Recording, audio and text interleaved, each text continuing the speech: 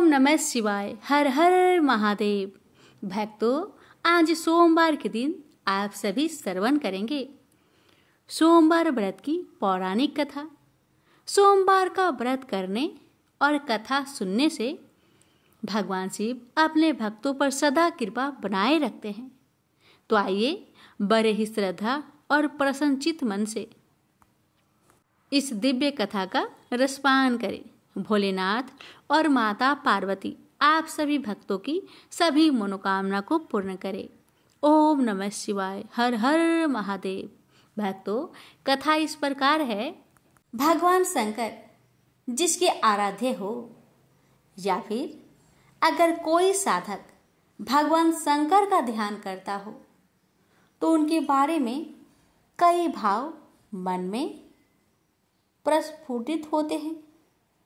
जैसे कि भगवान शंकर त्रिशूल लिए साधना पर बैठे हैं, उनका तीसरा नेत्र यानी भ्रुकुटी बंद है, उनकी जटाओं से गंगा प्रवाहित हो रही है, उनका शरीर समुद्र मंथन के समय विषपान करने की वजह से नीला दिख रहा है। भगवान शंकर की जटाओं और शरीर के इर्द गिर्द कई सांप लिपटे हुए हैं। शिव के मस्तक पर एक और चंद्र है और दूसरी ओर महाविषधर सर्प भी उनके गले का हार है। उनके परिवार में भूत प्रेत, नंदी, सिंह, सर्प, मयूर व मूषक सभी का समभाव देखने को मिलता है। साधन क्रम में विचार सागर में कई विचारों का आगमन होता है। भगवान शंकर के बारे में कई कथा कहानियां पुराणों धार्मिक ग्रंथों में वर्णित है। उनसे जुड़ी कई कथाएं साधकों को उनसे जोड़े रखती है और साधक के लिए वह प्रेरणादायी भी है। भक्तों, पौराणिक मान्यताओं में भगवान शंकर और सर्प का जुड़ाव गहरा है, तभी तो वह उनके शरीर से लिपटे रहते हैं। यह बात सिर्फ मान्यताओं तक ही सीमित नहीं है, बल्कि इस कलयुग में भी हकीकत में परिलक्षित होती दिखती है। यूं तो भगवान जनता जनार्दन के लिए अपनी कृपा बरसाने में अति दयालु है, लेकिन कहते हैं कि अगर आपको भगवान शंकर के दर्शन ना हो और अगर सर्प के दर्शन हो जाए तो समझिए साक्षात भगवान शंकर के ही दर्शन हो गए। तो आज की इस कथा में हम सभी वहां जा रहे हैं जहां राजस्थान के माउंट आबू राजस्थान का एक लौता हिल स्टेशन है जो अर्ध काशी भी कहलाता है। पौराणिक मान्यताओं और पुराणों के मुताबिक माउंट आबू अर्ध काशी इसलिए कहलाता है क्योंकि यहाँ भगवान शंकर के 108 छोटे बड़े मंदिर है। दुनिया की एकलौती जगह जहाँ भगवान शंकर नहीं, उनकी शिवलिंग भी नहीं, बल्कि उनके अंगूठे की पूजा होती है। माउंट आबू में ही अचलगढ़ दुनिया की एकलौती ऐसी जगह है जहाँ भगवान शिव के अंगूठे की पूजा होती है। भगवान शिव के सभी मंदिरों में तो उनके शिवलिंग की पूजा होती है, लेकिन यहाँ भगवान शिव के अंगूठे की पूजा होती है। यहीं पर एक मंदिर है पांडव गुफा के करीब, जहाँ के बारे में कहा जाता है पांडव ने अज्ञातवास के दौरान कुछ समय यहाँ बिताया। और भक्तों, शिव मंदिर में बीते सोमवार को भगवान शंकर को जल और दूध से नहलाने पहुंचे श्रद्धालुओं को लगा जैसे भोले का एक विशालकाय नाग के रूप में प्रकट हो गए। मंदिर भोले की जयकारों से गूंज रहा था। शिवलिंग पर जल, बेल पत्र, भांग, धतूरा फूल आदि चढ़ाए जाने का कर्म जारी था। तभी एक विशालकाय सर्प ने जाने कहां से आकर शिवलिंग से लिपट गया। इस नाग का आकार लगभग 6 फीट का था। इस बीच कुछ लोगों ने डरते डरते शिवलिंग पर जल भी अर्पित किया, लेकिन नागराज कई घंटों तक शिवलिंग से लिपटे रहे। सावन का दूसरा सोमवार और शिवलिंग पर जल चढ़ाने का सिलसिला चलता रहा। इस बीच नाग की अखेलिया भी जारी रही। वह कभी शिवलिंग के ऊपर बैठता तो कभी शिवलिंग की चारों तरफ लिपट बैठ जाता। लोग हैरान थे, लेकिन जो लोग वहां थे उनके मुताबिक यह हैरानी उस सांप को नहीं थी। वह शायद निर्भय होकर आनंद की अनुभूति कर रहा था। इतने लोग के बीच कोई सांप लगभग 6 घंटों तक शिवलिंग से लिपटा रहा। लोग टकटकी लगाए देखते रहे। कुछ लोगों के लिए भोले सर्प के रूप में शिवलिंग से आकर लिपटे थे, तो कुछ लोग उस पल को शिद्दत से महसूस करना चाह रहे थे। यही वजह थी कि मंदिर में भीड़ बढ़ने लगी। इलाके में खबर फैलने लगी। अचानक सर्प गायब हो गया। वहाँ श्रद्धालुओं के चढ़ाए पुष्प और फल तो दिख रहे थे, लेकिन सर्प नहीं। सांप इंसानों के लिए खतरनाक होता है, लेकिन यह बात भी सच है कि उसे हम इंसानों से ज़्यादा डर लगता है। आस्था विश्वास की परिभाषा आध्यात्म की सीमा रेखा में सब कुछ मानने पर ही निर्भर है। स्थानीय लोगों के मुताबिक माउंट आबू के उन मंदिर में जो जंगल के बीचों बीच है, वहाँ इस प्रकार की घटनाएं सावन के महीने में सोमवार को या फिर शिवरात्रि के मौके पर जरूर होती है। पिछले बरस इन्हीं जंगलों के एक शिव मंदिर में पंचमुखी 5 मुंह वाला सांप दिखा था। ये घटनाएं ये सिद्ध करती है कि शिवलिंग और सर्प का गहरा नाता है। यह रिश्ता इंसानी समझ से परे है। क्या माने क्या ना माने, यह हमारे विवेक पर निर्भर करता है। कुछ लोग के लिए यह भोले का रूप हो सकता है, तो कुछ के लिए कोरा अंधविश्वास। लेकिन यह बात सोचने पर जरूर विवश करती है कि हजारों की भीड़ में एक सांप 6 घंटे तक शिवलिंग से कैसे लिपटा रहा, वह भी भोले के जयकारों और मंदिर की बजती घंटियों के बीच। भक्तों, तो ये थी भगवान शिव और सर्प के अबुझ रिश्ते की कथा। कैसी लगी कमेंट बॉक्स में जरूर बताइएगा। प्रेम से बोलिए ओम नमः शिवाय। अब आइए सुनते हैं भोलेनाथ की अगली कथा। पौराणिक कथा के अनुसार विश्रवा मुनि का पुत्र रावण महान सूरवीर तथा विद्वान था। अपने पिता से उसने वेदों और शास्त्रों का अध्ययन किया हुआ था, किंतु उसमें अनेक दुर्गुण भी थे। वह बहुत अहंकारी था। कुबेर को पराजित करके उसने लंका का राज्य छीन लिया और त्रिलोक्य विजय के लिए निकल पड़ा। कुछ ही समय में उसने देव, असुर, नाग, यक्ष, किन्नर, दानव एवं दैत्यों समेत अनेक जातियों को अपने बस में कर लिया। इस पर उसे बहुत अभिमान हो गया कि उस जैसा शक्तिशाली व्यक्ति दुनिया में दूसरा कोई और नहीं है। एक दिन रावण कुबेर से छीने हुए पुष्पक विमान पर बैठकर कैलाश पर्वत से जा रहा था कि अचानक उसका यान अपने आप नीचे उतरने लगा। यह देख रावण को आश्चर्य हुआ। उसने सोचा अवश्य ही पुष्पक विमान में कोई खराबी आ गई है। उसने विमान को इधर उधर से देखा, किंतु विमान नीचे उतरता ही गया और एक पहाड़ पर खड़ा हो गया। रावण विमान से उतरा ही था कि उसे एक विकट हुक्कार सुनाई पड़ी। उसने अचकचाकर ध्वनि की दिशा में देखा तो एक छोटे से पुरुष को, जिसका मुख बंदर जैसा था, अपनी ओर आते देखा। उस पुरुष के हाथ में त्रिशूल था। उसने उपेक्षा भरे भाव से रावण की ओर देखा। इस पर रावण चीर उठा। उसने पूछा, कौन हो तुम?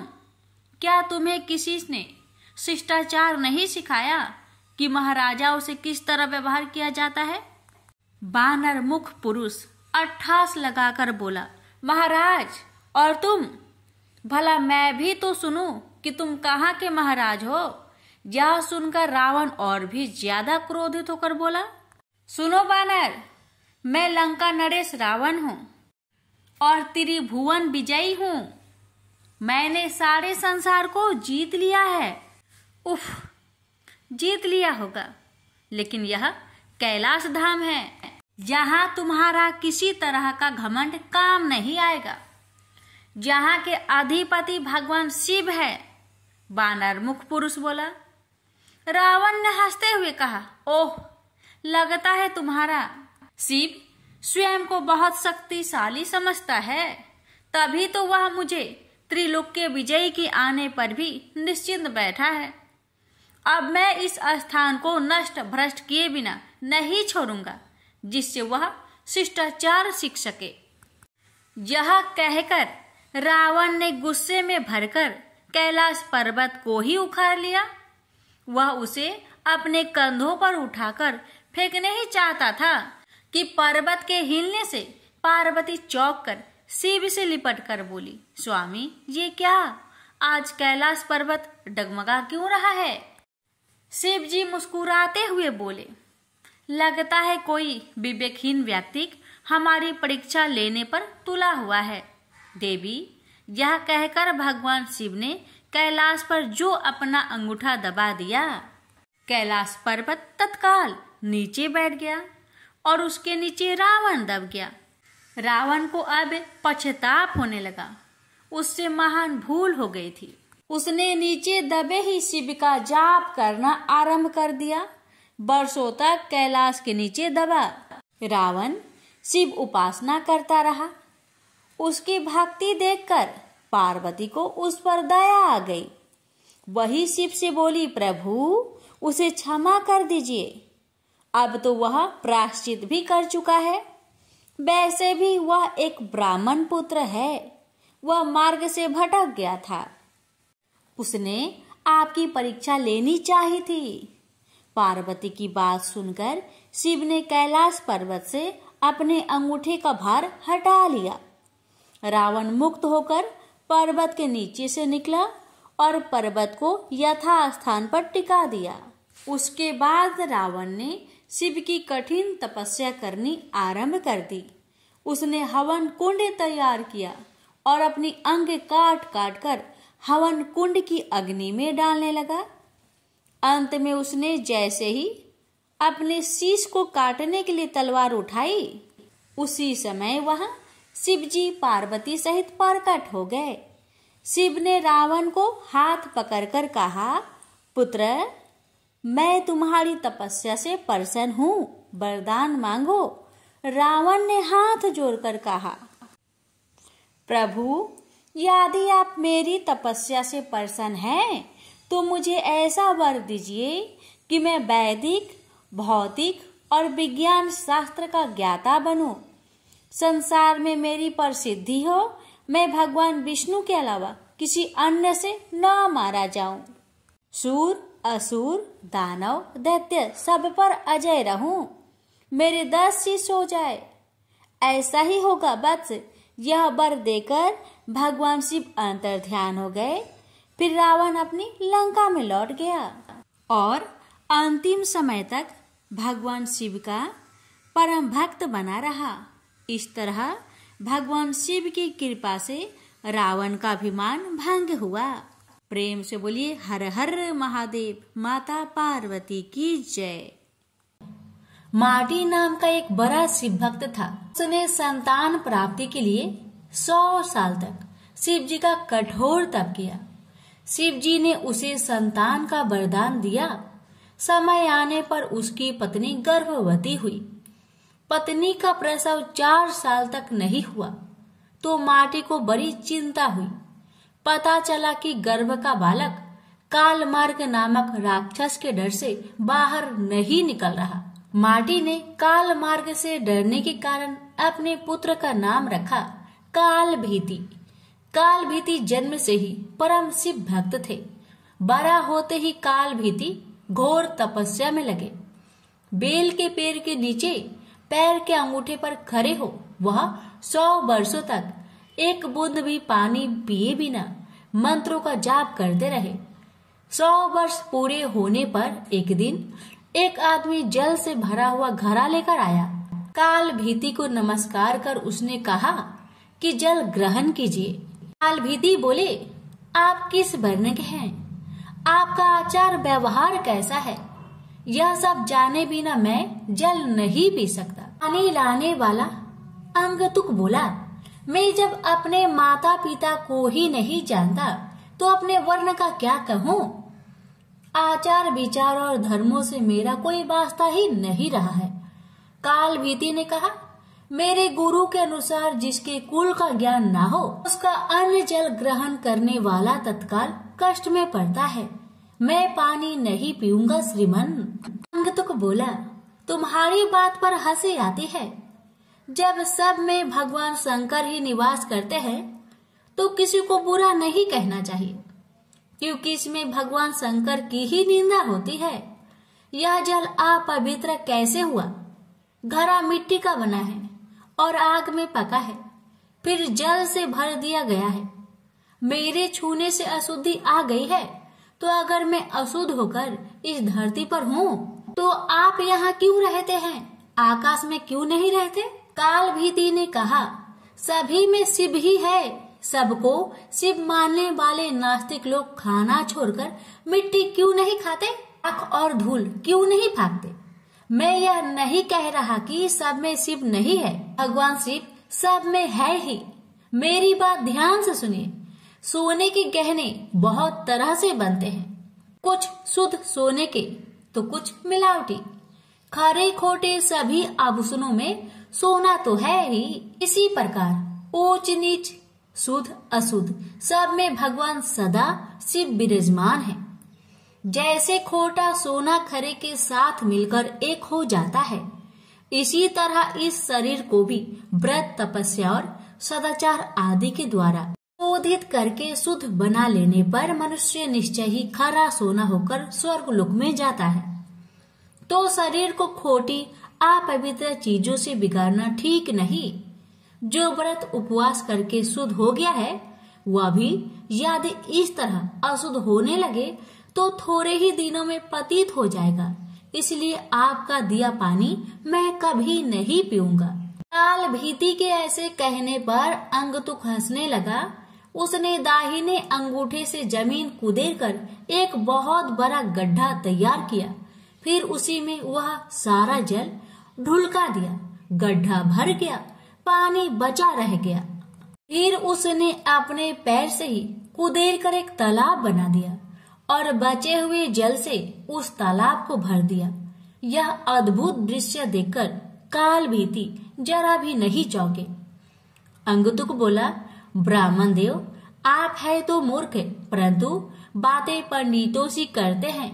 लगता है आपने विद्वान की बात नहीं सुनी। कुआं दूसरे का, घड़ा दूसरे का और रस्सी दूसरे की है। एक पानी पिलाता है और एक पीता है। सब समान फल के भागी होते हैं। ऐसा ही मेरा भी जल है। तुम धर्म के ज्ञाता हो, फिर क्यों इसे नहीं पियोगे? काल भीति ने विचार किया, यदि एक कार्य में अनेक सहायक हो तो काम करने वाले को मिलने वाला फल बंटकर समान हो जाता है। बात तो ठीक है। काल भीति ने उस मनुष्य से कहा, आपका यह कहना ठीक है। कुएं और तालाब का पानी पीने में दोष नहीं है, फिर भी आपने तो अपने घड़े के जल से ही इस गड्ढे को भरा है। यह बात सामने देखकर मैं हरगिज इसे नहीं पीऊंगा। काल भीति के हठ पर वह पुरुष हंसता हुआ अंतर्ध्यान हो गया। अब काल भीति को अचरज हुआ। सोचने लगे कि यह क्या किस्सा है। इतने में ही उस बेल के पेड़ के नीचे धरती फाड़कर सुंदर चमचमाता शिवलिंग प्रकट हो गया। तब काल भीति ने कहा, जो पाप के काल है, जिनके कंठ में काला चिन्ह सुशोभित होता है तथा जो संसार के काल स्वरूप है, उन भगवान महाकाल की मैं शरण लेता हूँ। आप हमें शरण दीजिए। आपको बारंबार नमस्कार है। काल भीति की स्तुति पर महादेव उस लिंग से प्रकट हुए और कहा, ब्राह्मण, तुमने इस महातीर्थ में रहकर मेरी जो आराधना की है उससे मैं संतुष्ट हूँ। अब काल मार्ग से तुम निर्भय रहो। मैं ही मनुष्य रूप में प्रकट हुआ था। मैंने यह गड्ढा और तालाब सब तीर्थों के जल से भरा है। यह परम पवित्र जल तुम्हारे लिए ही लाया था। तुम मुझसे कोई मनोवांछित वर मांगो। काल भीति ने कहा, प्रभु, यदि आप मुझ पर प्रसन्न हैं तो सदा यहाँ निवास करे। इस शिवलिंग पर जो भी दान पूजन किया जाए वह अच्छा ही हो। आपने काल से मुझे मुक्ति दिलाई है, इसलिए यह शिवलिंग महाकाल के नाम से प्रसिद्ध हो। भगवान बोले, जो कोई अक्षय तृतीया, शिवरात्रि, सावन मास, चतुर्दशी, अष्टमी, सोमवार तथा विशेष पर्व के दिन इस सरोवर में स्नान करके इस शिवलिंग की पूजा करेगा, वह शिव को ही प्राप्त होगा। यहाँ किया हुआ जप, तप और रुद्र जप सब अच्छा ही होगा। तुम नंदी के साथ मेरे दूसरे द्वारपाल बनोगे। काल पर विजय पाने से तुम महाकाल के नाम से प्रसिद्ध होगे। शीघ्र ही राजश्री कर्णधम यहाँ आएंगे। उन्हें धर्म का उपदेश करके तुम मेरे लोक में चले आओ। यह कहकर भगवान रुद्र उस लिंग में ही लीन हो गए। स्कंद पुराण की यह कथा श्रवण, पठन एवं मनन करने से आशुतोष महाकाल अत्यंत प्रसन्न होते हैं। प्रेम से बोलिए हर हर महादेव। माता पार्वती की जय। भगवान शिव की पहली पत्नी सती थी। यह विवाह उन्होंने सती के पिता दक्ष की इच्छा के विरुद्ध किया था। दक्ष उनका अपमान करने के अवसर ढूंढा करते थे। पिता के ऐसे व्यवहार से लज्जित होकर सती ने अपना शरीर त्याग दिया। उनकी मृत्यु के बाद शिव हिमालय पर जाकर फिर से तपस्या में लीन हो गए। जिस उपवन में भगवान शिव ध्यान करते थे उसके निकट ही पर्वतराज हिमवान रहता था। उसने स्वर्ग की अप्सरा मेनका से विवाह किया था। कुछ वर्ष बाद मेनका ने एक पुत्री को जन्म दिया। उसका नाम रखा पार्वती। वास्तव में सती ने ही फिर से पार्वती के रूप में जन्म लिया था। वर्ष पर वर्ष बीते और पार्वती ने युवावस्था में प्रवेश किया। एक दिन मेनका ने अपने पति से कहा, स्वामी, पार्वती अब विवाह योग हो गई है। अब हमें पार्वती के लिए योग वर खोजना चाहिए। हिमवान बोला, मैं जानता हूँ, परंतु कोई योग वर ध्यान में नहीं आता। मैं अपनी पुत्री का हाथ उसी के हाथ में दूंगा जो सब प्रकार से योग होगा। एक दिन नारद मुनि हिमवान के घर आए। जब उन्होंने पार्वती को देखा तो हिमवान से बोले, हिम, तुम्हारी पुत्री के भाग्य में तो भगवान शिव से विवाह करने का योग है। नारद मुनि की बात सुनकर हिमवान सोचने लगा, शिव के पास मैं कैसे जाऊं? उन्होंने अगर अस्वीकार कर दिया तो? सती की मृत्यु के बाद उन्होंने किसी स्त्री का मुख तक नहीं देखा। परंतु मुझे वर खोजने की आवश्यकता नहीं। नारद मुनि की भविष्यवाणी असत्य नहीं होगी। मैं धीरज पूर्वक प्रतीक्षा करूंगा। परंतु एक दिन हिमवान का धीरज टूट गया। उसे एक विचार सूझा। वह मेनका से बोला, मैं पार्वती को शिव की सेवा करने भेजता हूँ। वो उसके रूप और गुण के प्रति आकर्षित जरूर होंगे। मेनका बोली, विचार तो बहुत उत्तम है। हिमवान ने पार्वती को अपने पास बुलवाया और कहा, बेटी, भगवान शिव उस उपवन में तपस्या कर रहे हैं। तुम अपनी सहेलियों के साथ जाकर उनकी सेवा किया करो। पार्वती बोली, अवश्य पिताजी, हमने अनेक बार उन्हें देखा है। पार्वती और उनकी दो सहेलियों को लेकर हिमवान शिव के पास गए और उनसे निवेदन किया, हे भगवान, आपके पास पूजा अर्चना की तैयारी करने वाला कोई नहीं है। मेरी पुत्री यह सेवा कर सकती है। हिमवान की बात सुनकर शिव सोचने लगे, कन्याएं भले ही सेवा करे। जो व्यक्ति संसार से वैराग्य ले चुका है उसे इनसे कोई व्याघात नहीं पहुंचेगा। यह सोचकर वे हिमवान से बोले, तुम्हारे इस प्रस्ताव के लिए मैं तुम्हारा आभारी हूँ। कन्याएं मेरी इच्छा अनुसार सेवा कर सकती है। शिव का प्रस्ताव सुनकर हिमवान बहुत प्रसन्न हुआ और कन्याओं को वहां छोड़कर चला आया। पार्वती शिव की सेवा करने लगी। वह उपासना के लिए कुछ तृण चुनती थी और गर्मी बढ़ने पर शिव पर पंखा झलती थी। इस प्रकार पार्वती हृदय से शिव से प्रेम करने लगी। इस बीच आपत्तिग्रस्त देवता इंद्र के साथ ब्रह्मा जी के पास आकर बोले, भगवान, असुर तारक के अत्याचारों से हमारी रक्षा करे। उसने स्वर्ग पर अधिकार कर लिया है और लोगों में हाहाकार मचा हुआ है। उसे प्रसन्न करने के लिए हमने उसे उपहार भी भेजे, परंतु हम जितना ही उसे प्रसन्न करने का प्रयत्न करते हैं उतनी ही उसकी कुधृष्टता बढ़ती जाती है। हमारी आपसे प्रार्थना है कि हमें कोई ऐसा नेता प्रदान कीजिए जो हमें उसके अत्याचारों से त्राण दिलाए। ब्रह्मा जी असहाय होकर बोले, प्रिय पुत्रों, मैं चाहते हुए भी तुम्हारी सहायता नहीं कर सकता। तारक को मैंने एक बार वरदान दिया था, उसी से वह इतना बलवान हो गया है, मैं भी उसका नाश नहीं कर सकता। परंतु एक उपाय है, शिव का पार्वती से विवाह विधि का विधान है। तुम जाओ और शिव पार्वती की सुंदरता का भान कराओ। शिव और पार्वती का जो पुत्र होगा वही तुम्हारा नेता बनकर तारक का वध करेगा। ब्रह्मा जी की बात सुनकर देवराज इंद्र सीधे प्रेम के देवता काम के पास पहुंचे और बोले, कामदेव, मैं तुम्हारे पास एक आवश्यक काम से आया हूं।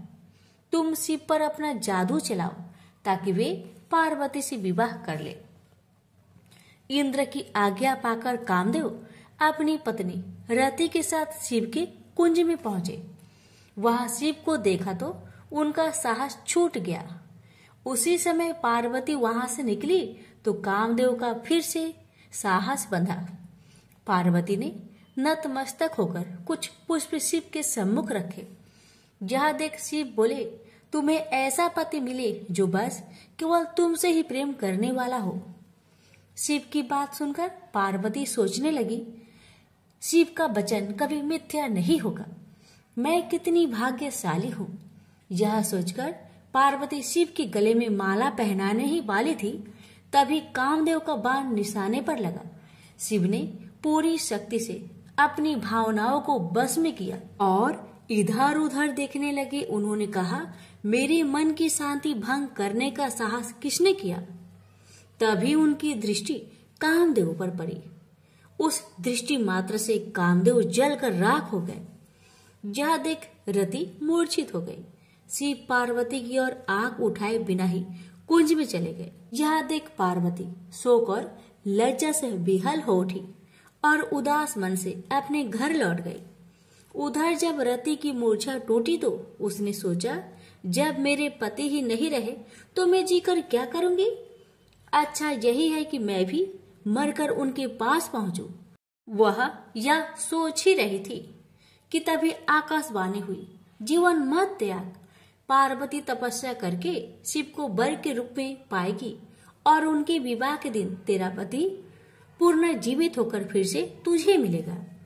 आकाशवाणी सुनकर रति को ढढस बंधा और वह उस दिन की प्रतीक्षा करने लगी। उधर शिव के व्यवहार से पार्वती को बहुत दुख हुआ, परंतु उसके प्रेम में कमी नहीं आई। वह सोचने लगी, मेरा सौंदर्य उन्हें आकर्षित नहीं कर सका, परंतु मैं हार नहीं मानूंगी। सौंदर्य से नहीं तो मैं अपनी तपस्या और भक्ति से उन्हें प्राप्त करूंगी। यह सोचकर उसने अपना निर्णय अपने माता पिता को बताया। पार्वती के निर्णय के आगे माता पिता को झुकना पड़ा और उसे आशीर्वाद देकर विदा किया। सुंदर वस्त्रों तथा आभूषणों का त्याग करके पार्वती कुंज में तपस्या करने बैठ गई। कई वर्ष बीत गए, परंतु पार्वती ने आशा नहीं छोड़ी।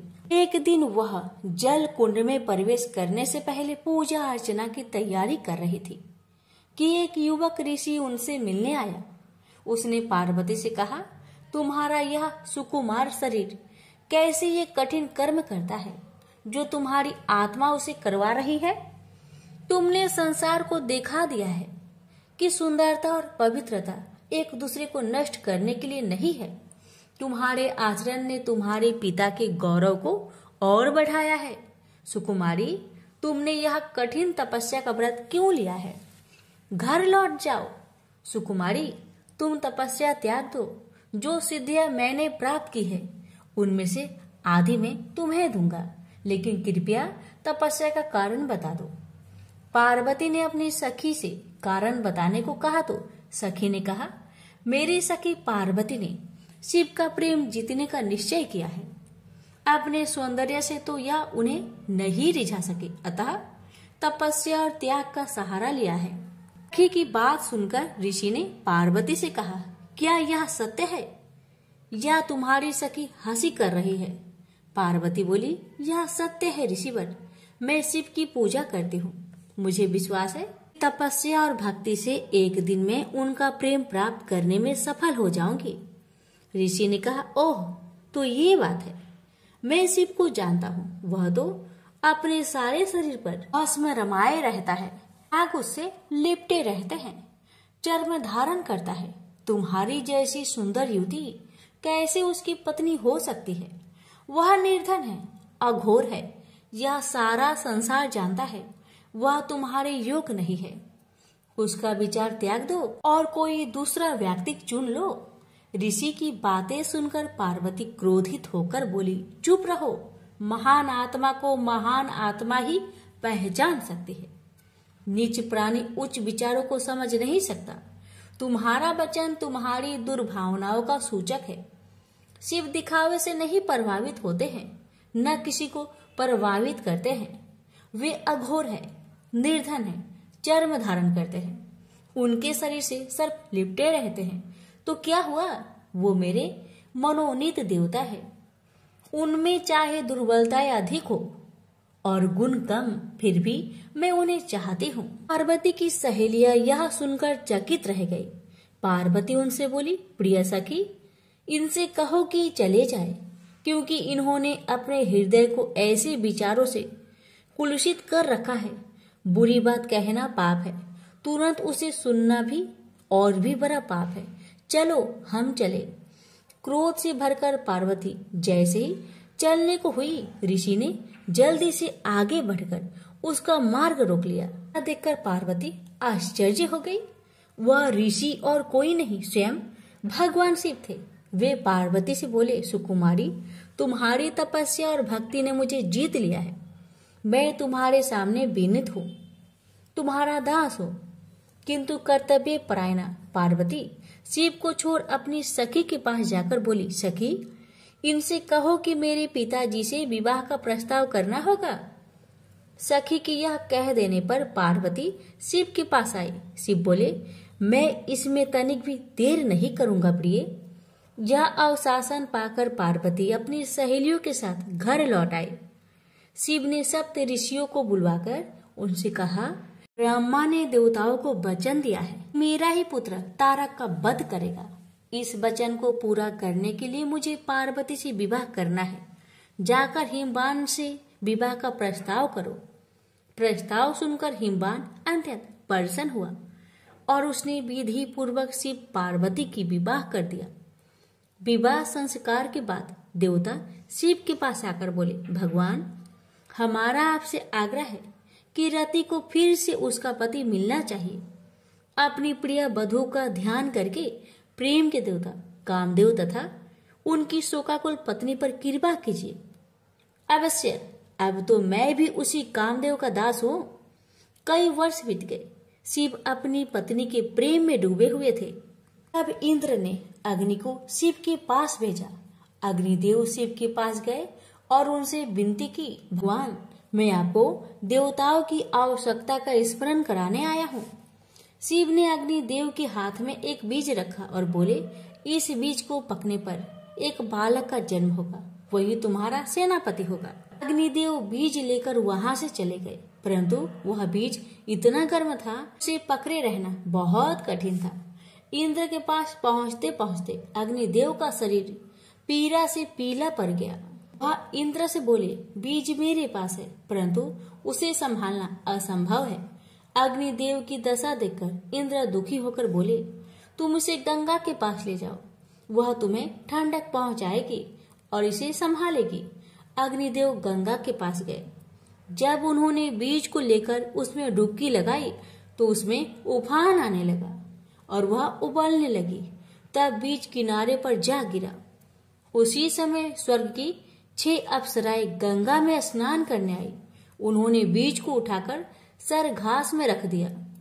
बीज तब तक पक चुका था और उसमें से कार्तिकेय प्रकट हुए। आश्चर्यचकित अप्सराएं बोली, इसे हम अपने साथ ले जाएंगे। पहले पहले हमने ही देखा है, फिर गंगा स्त्री का रूप धारण कर बाहर आई और अग्निदेव भी वहां आए। गंगा बोली, इसे मैं ले जाऊंगी, मैंने इसे जन्म दिया है।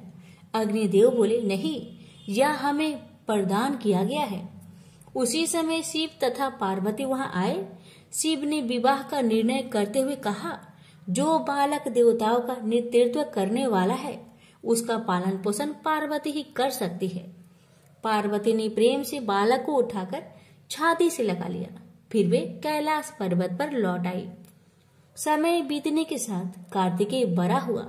उसके नेतृत्व में देवताओं और तारक के बीच भीषण युद्ध हुआ। कार्तिकेय ने उसे मार डाला। स्वर्ग का सिंहासन फिर से इंद्र को मिला और स्वर्ग में फिर से सुख शांति का साम्राज्य प्रस्थापित हुआ। प्रेम से बोलिए, हर हर महादेव, माता पार्वती की जय। एक समय की बात है, त्रिपुरारी भुजंगधारी श्री काशीपति महादेव जी जगन माता पार्वती के साथ पर्सन रूप में विराजमान थे। जग माता ने उनसे अनुरोध किया, भगवान कोई कथा कहिए। इस पर भगवान भूत भावन किंचित मुस्कुराए और बोले, हे पार्वती सुनो, पूर्व समय में कुसमांड नामक एक ऋषि का पुत्र मंडप नाम से विख्यात था। बाल्यकाल में ही कुसंगति के कारण पाप कर्म में लीन हो गया था। अतः उसकी निंदित कथाओं को सुनकर उसके पिता, माता, भाई आदि सभी संबंधियों ने उसको अपने से अलग कर दिया। वह पूर्व जन्म के कर्मों के कारण किसी का कहना नहीं मान रहा था। उसकी आदतें यहाँ तक कि खराब हो गई कि वह साधु, महात्मा, सत्पुरुषों एवं देवी देवताओं तक की निंदा करने लगा।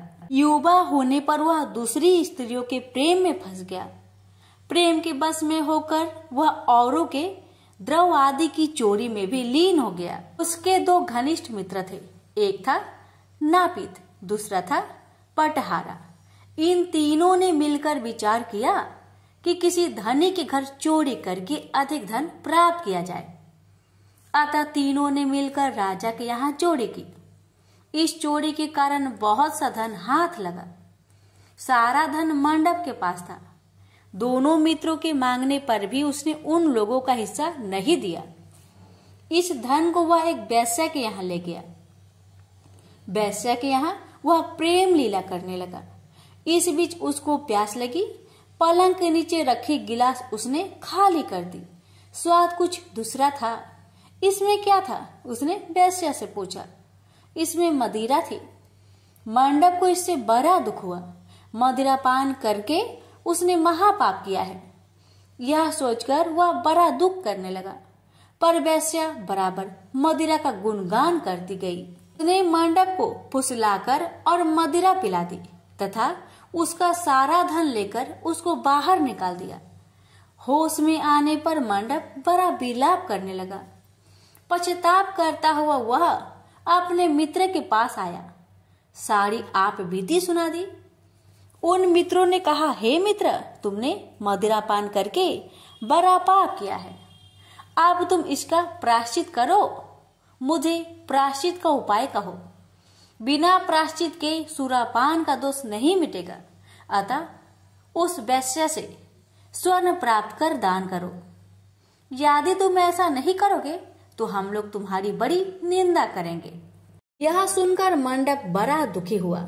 वह वेश्या के पास आया और वेश्या से अपना सारा दुखड़ा सुनाया। उसने वेश्या से स्वर्ण की मांग की।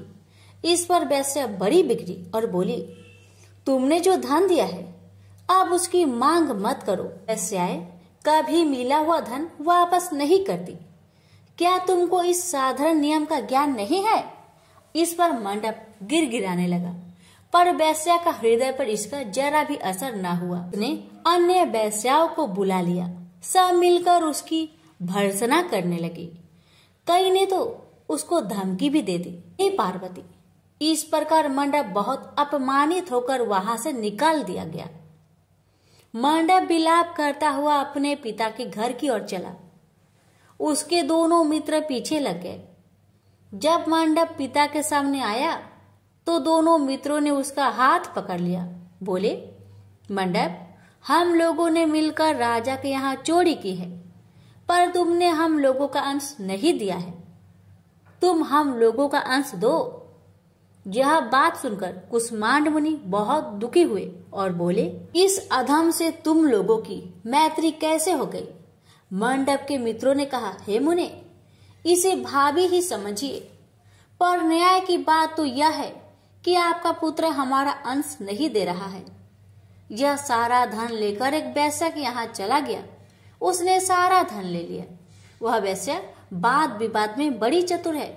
वह धन वापस नहीं करेगी। अतः आप हमारा धन दिलवाइए, अन्यथा हम राज दरबार में गुहार करेंगे। इस पर कुष्मांड मुनि ने अपने पुत्र का हाथ पकड़ लिया। मुनि ने कहा, चलो मैं स्वयं राजा के पास चलता हूँ।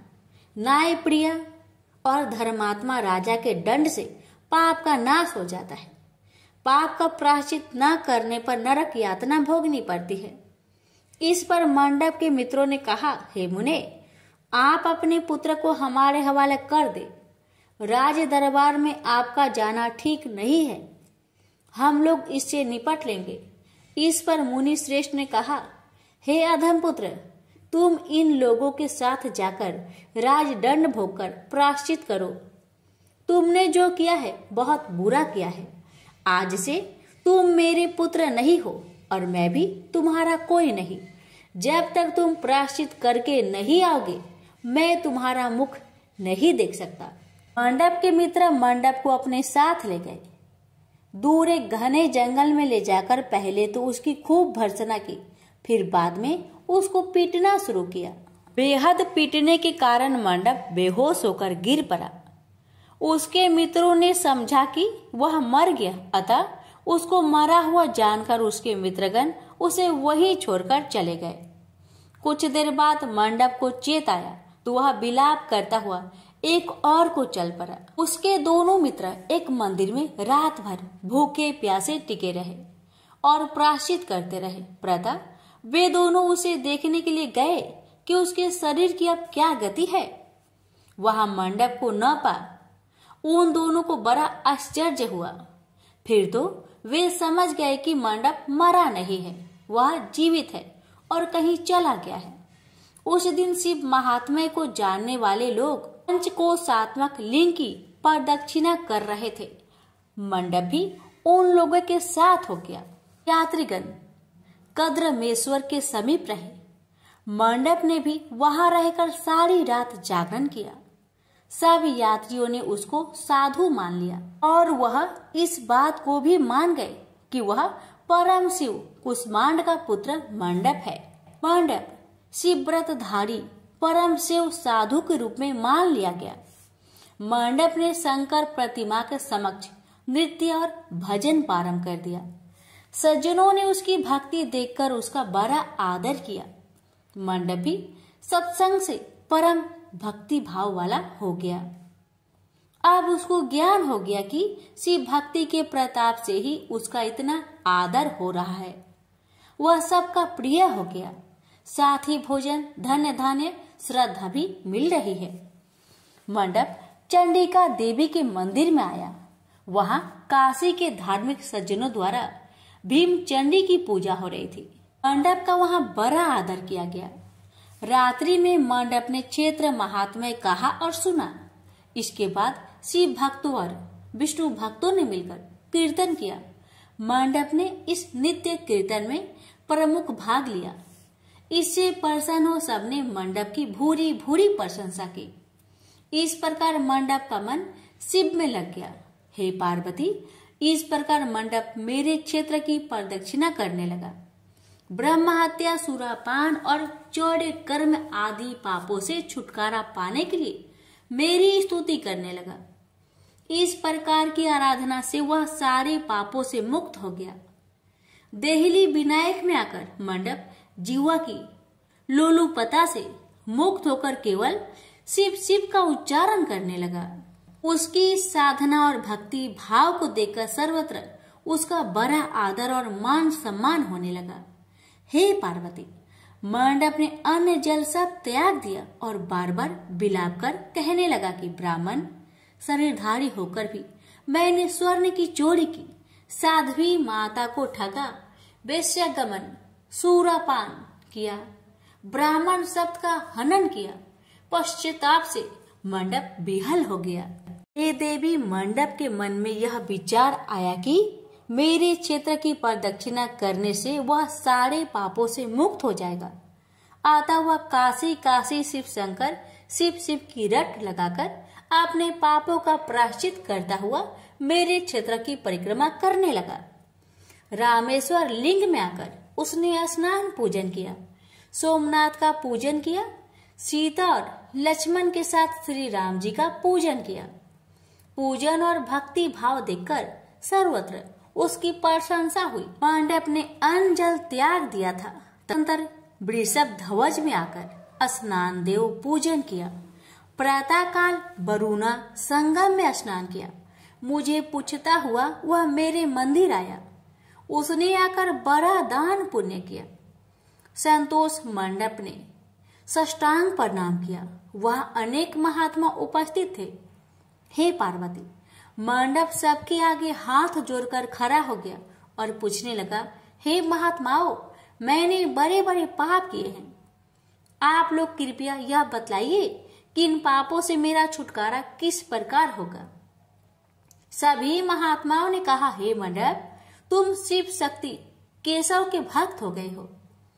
पंचक्रोशमात्मक लिंग प्रदक्षिणा से और शिव कीर्तन से तुम्हारे सारे पाप नष्ट हो गए हैं। इस प्रकार सुन मंडप ने कहा, हे सदस्य गणों, पिताजी ने तो मुझको घर से निकाल दिया है।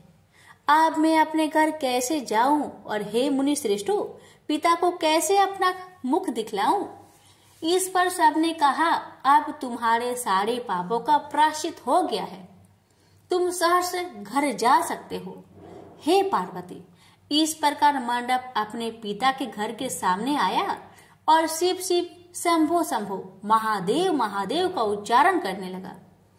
स्वर सुनकर कुष्मांड मुनि ने अपनी पत्नी से कहा, हे प्रिय, देखो तो कौन द्वार पर शिव का उच्चारण करता हुआ हमें परम सुख दे रहा है। शिव नाम की अमृत वर्षा कौन कर रहा है। मुनि पत्नी ने द्वार पर अपने पुत्र को देखा। हे पुत्र, तुम्हारा आना कैसे हुआ। मंडप ने कहा, हे माता, आपको और पिताजी को महात्मागण बुला रहे हैं। यह सुनकर मंडप की माता अपने पति के पास आई और उनसे सारा वृत्तांत कहा। हे पूज्यवर, आपका पुत्र शिव का नाम रट्टा हुआ द्वार पर उपस्थित है। उसका कहना है कि प्रायश्चित करके वह पवित्र हो गया है। सदस्यगण आपको बुला रहे हैं, वे प्रायश्चित का प्रमाण देंगे। कुष्मांड मुनि दरवाजे पर आए। उन्होंने रुद्राक्षधारी शिव भक्त मंडप को देखा। तुम क्यों आए हो। थोड़े से प्रायश्चित से बड़े पाप का नाश नहीं होता है। मंडप ने कहा, हे पिताजी, इसमें कोई संदेह नहीं है कि मैंने बड़े पाप किए हैं। इतना होने पर भी महात्मागण आपको बुला रहे हैं। मुनि अपनी पत्नी के साथ महात्माओं के पास आए। महात्माओं ने एक स्वर से कहा, हे मुनिवर, आपका पुत्र समस्त पापों से मुक्त हो गया है। कुष्मांड ऋषि ने पूछा, हे मुनि श्रेष्ठों, किस आधार पर आपकी दृष्टि में मेरा पुत्र पाप मुक्त हो गया है। इसने तो बड़े बड़े पाप किए हैं। महात्माओं ने कहा, हे मुनि, इस मुक्ति मंडप के स्वामी श्री भगवान विष्णु है, वही इसका उत्तर देंगे। महात्माओं ने विष्णु भगवान की स्तुति की। इस पर आकाशवाणी हुई, हे स्तुति करने वाले महात्माओं, यह महापापी मंडप जो कुष्मांड मुनि का पुत्र है, अब अपने पापों से मुक्त हो शुद्ध हो गया है। यह साधु संतों के साथ शिव शंकर के क्षेत्र की परिक्रमा कर चुका है। अब कुष्मांड मुनि इसे ग्रहण कर सकते हैं। इस प्रकार हे पार्वती, मंडप को कुष्मांड मुनि आदर पूर्वक अपने घर ले गए। इस कथा को सुनकर माता पार्वती परम प्रसन्न हुई। बोली, प्रभु, आपने यह महत्वपूर्ण कथा कही, इससे कलयुग में प्राणियों का बड़ा भला होगा। कृपा कर इस पर कुछ और प्रकाश डाले। इस पर शिवजी बोले, हे पार्वती, अब तुम भैरव जी की कथा सुनो। इस पर भैरव जी प्रकट हुए और बोले, त्रेता युग में समदर्शी सांडलिय नाम का एक ब्राह्मण था। वह महापंडित था। उसकी पुत्री का नाम विशालाक्षी था। वह अति सुंदरी थी। बाल्यकाल में ही उसके पिता ने उसका विवाह कर दिया। विवाह के बाद भी वह अपने पिता के घर पर रहती थी। वह युवा हो गई। युवा अवस्था होने पर भी उसका पति न आया, अतः सांडिल्य ब्राह्मण की कन्या पाप रहता हो गई। इस कन्या ने काशी में बड़े पाप किए। सुंदरी होने के कारण दूर दूर के युवक उसके पास आने लगे। एक समय की बात है, बड़े बड़े पापों को नष्ट करने वाली पंचक्रोशी यात्रा के मार्गियों देखकर वह विचारने लगी कि इस लोगों को पाप रट किया जाए। उस रात यात्रीगण दुर्गा कुंड पर रुके थे। विशालाक्षी धन के लोभ से वहां गई। वहां भजन कीर्तन का स्वयं रचाया। यात्री उसका भक्ति भाव देखकर प्रसन्न हुए और उसे वैष्णवी समझ बड़ा दान पुण्य किए। इस लोभ के कारण वैश्या विशालाक्षी यात्रियों के साथ हो गई। कर्म मेदेश्वर दहलीज रामेश्वर में उसने निवास किया और वरुणा संगम में स्नान किया। यात्रियों द्वारा उसने काशी महात्म्य की कथा भी श्रवण की। इस सत्संग समागम से विशालाक्षी की आंखें खुल गई। उसने अपने पर बड़ा पश्चाताप किया। यात्रियों का सारा धन उसने लौटा दिया और पाप से अलग होने का निर्णय कर लिया। उसने महात्माओं से पूछा, हे देवताओं, मैं बड़ी पापिनी हूँ, कृपया मेरी मुक्ति का उपाय कहिए। इस पर महात्माओं ने कहा, देवी तुम धन्य हो, तुमको पापों से भय नहीं करना चाहिए। तुमने काशी क्षेत्र की प्रदक्षिणा की है, अब तुम हमारे साथ प्रदक्षिणा जारी रखो। विशालाक्षी ने उपयुक्त वचनों पर विश्वास किया। वह महात्माओं के साथ हो गई। 5वें दिन सभी यात्री वृषभ खंड में रहे। वह भी उन्हीं के साथ रही। सभी ने वरुणा संगम में स्नान किया और आदि केशव का पूजन किया। विशालाक्षी मुक्ति मंडप में आई। उसने बड़े भक्ति भाव से शिव शंकर की पूजा की।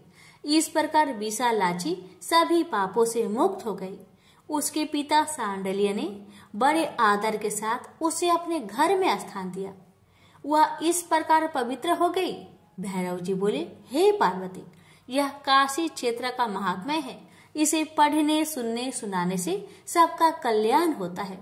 प्रेम से बोलिए हर हर महादेव। माता पार्वती की जय। भैरवनाथ की जय। किसी नगर में एक धनी व्यापारी रहता था। दूर दूर तक उसका व्यापार फैला हुआ था। नगर के सभी लोग उस व्यापारी का सम्मान करते थे।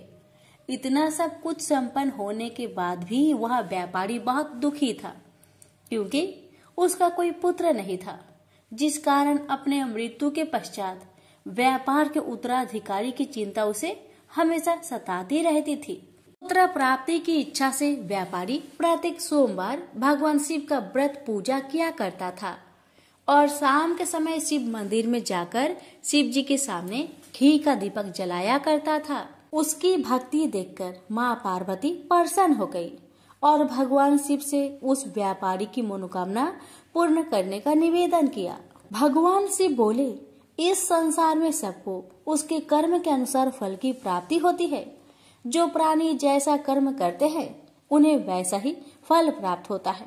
शिव जी द्वारा समझाने के बावजूद माँ पार्वती नहीं मानी और उस व्यापारी की मनोकामना पूर्ति हेतु वे शिव जी से बार बार अनुरोध करती रही। अंततः माता के आग्रह को देखकर भगवान भोलेनाथ को उस व्यापारी को पुत्र प्राप्ति का वरदान देना पड़ा। वरदान देने के पश्चात भोलेनाथ माँ पार्वती से बोले, आपके आग्रह पर मैंने पुत्र प्राप्ति का वरदान तो दे दिया, परंतु इसका यह पुत्र 16 वर्ष से अधिक समय तक जीवित नहीं रहेगा। उसी रात भगवान शिव उस व्यापारी के सपने में आए और उसे पुत्र प्राप्ति का वरदान दिया और उसके पुत्र की 16 वर्ष तक जीवित रहने की भी बात बताई। भगवान के वरदान से व्यापारी को खुशी तो हुई, लेकिन पुत्र की अल्पायु की चिंता ने उस खुशी को नष्ट कर दिया। व्यापारी पहले की तरह सोमवार के दिन भगवान शिव का विधिवत व्रत करता रहा। कुछ महीनों के बाद उसके घर एक अति सुंदर बालक ने जन्म लिया और घर में खुशियां ही खुशियां भर गई। बहुत धूमधाम से पुत्र जन्म का समारोह मनाया गया, परंतु व्यापारी को पुत्र जन्म की अधिक खुशी नहीं हुई, क्योंकि उसे पुत्र की अल्प आयु के रहस्य का पता था। जब पुत्र 12 वर्ष का हुआ तो व्यापारी ने उसे उसके मामा के साथ पढ़ने के लिए बनारसी भेज दिया। लड़का अपने मामा के साथ शिक्षा प्राप्त हेतु चल दिया। रास्ते में जहाँ भी मामा भांजे विश्राम हेतु रुकते, वहीं यज्ञ करते और ब्राह्मणों को भोजन कराते। लंबी यात्रा के बाद मामा भांजे एक नगर में पहुँचे। उस दिन नगर के राजा की कन्या का विवाह था, जिस कारण पूरे नगर को सजाया गया था। निश्चित समय पर बारात आ गई, लेकिन वर का पिता अपने बेटे के एक आंख से काने होने के कारण बहुत चिंतित था। उसे भय था कि इस बात का पता चलने पर कहीं राजा विवाह से इनकार न कर दे, इससे उसकी बदनामी भी होगी।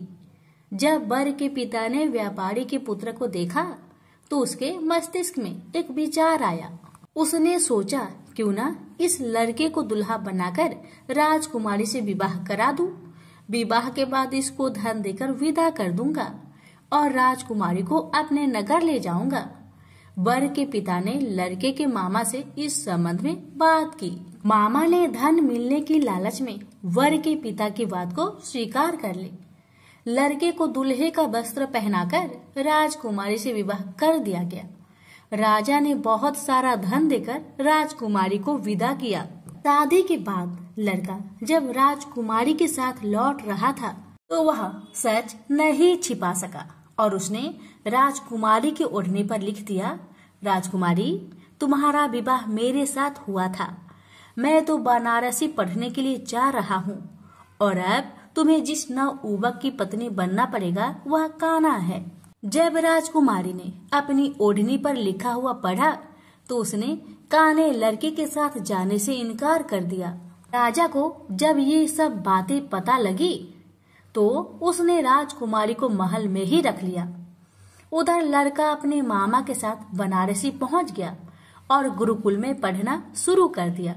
जब उसकी आयु 16 वर्ष की हुई तो उसने यज्ञ किया। यज्ञ की समाप्ति पर ब्राह्मणों को भोजन करवाया और खूब अन्य वस्त्र दान किए। रात को वह अपने शयन कक्ष में सो गया। शिव के वरदान के अनुसार शयन अवस्था में ही उसके प्राण पेखरू उड़ गए। सूर्योदय पर मामा मृत भांजे को देखकर रोने पिटने लगा। आसपास के लोग भी एकत्र होकर दुख प्रकट करने लगे। लड़के के मामा के रोने विलाप करने के स्वर समीप से गुजरते हुए भगवान शिव और माता पार्वती ने भी सुने।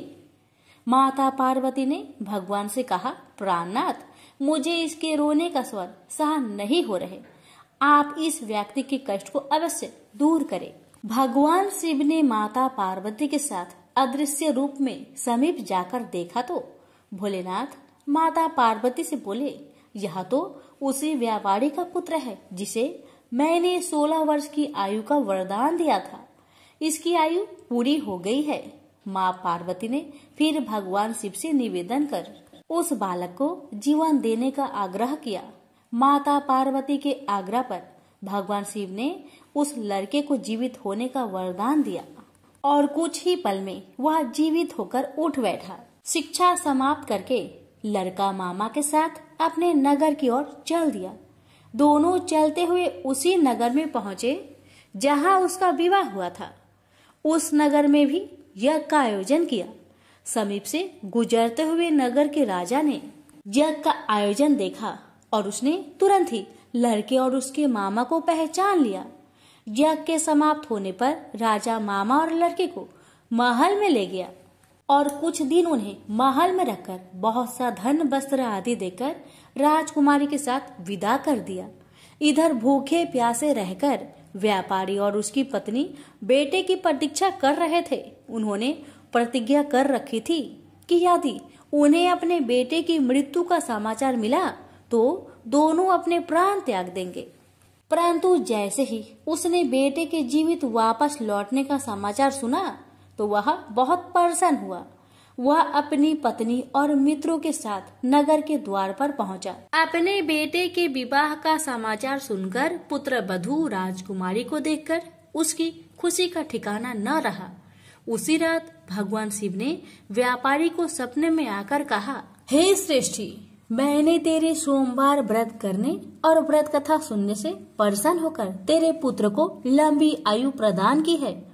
पुत्र की लंबी आयु जानकर व्यापारी बहुत प्रसन्न हुआ। शिव भक्त होने तथा सोमवार का व्रत करने से व्यापारी की सभी मनोकामनाएं पूर्ण हुई। इसी प्रकार जो भक्त सोमवार का विधिवत व्रत करते हैं और व्रत कथा सुनते हैं, उनकी सभी इच्छाएं पूरी होती है। उनसे बोलिए, उमापति शंकर भगवान की जय। हे भगवान, आपकी कथा को श्रद्धा पूर्वक सुनने वाले सभी भक्त की हर मनोकामना को पूर्ण करे। जय भोलेनाथ।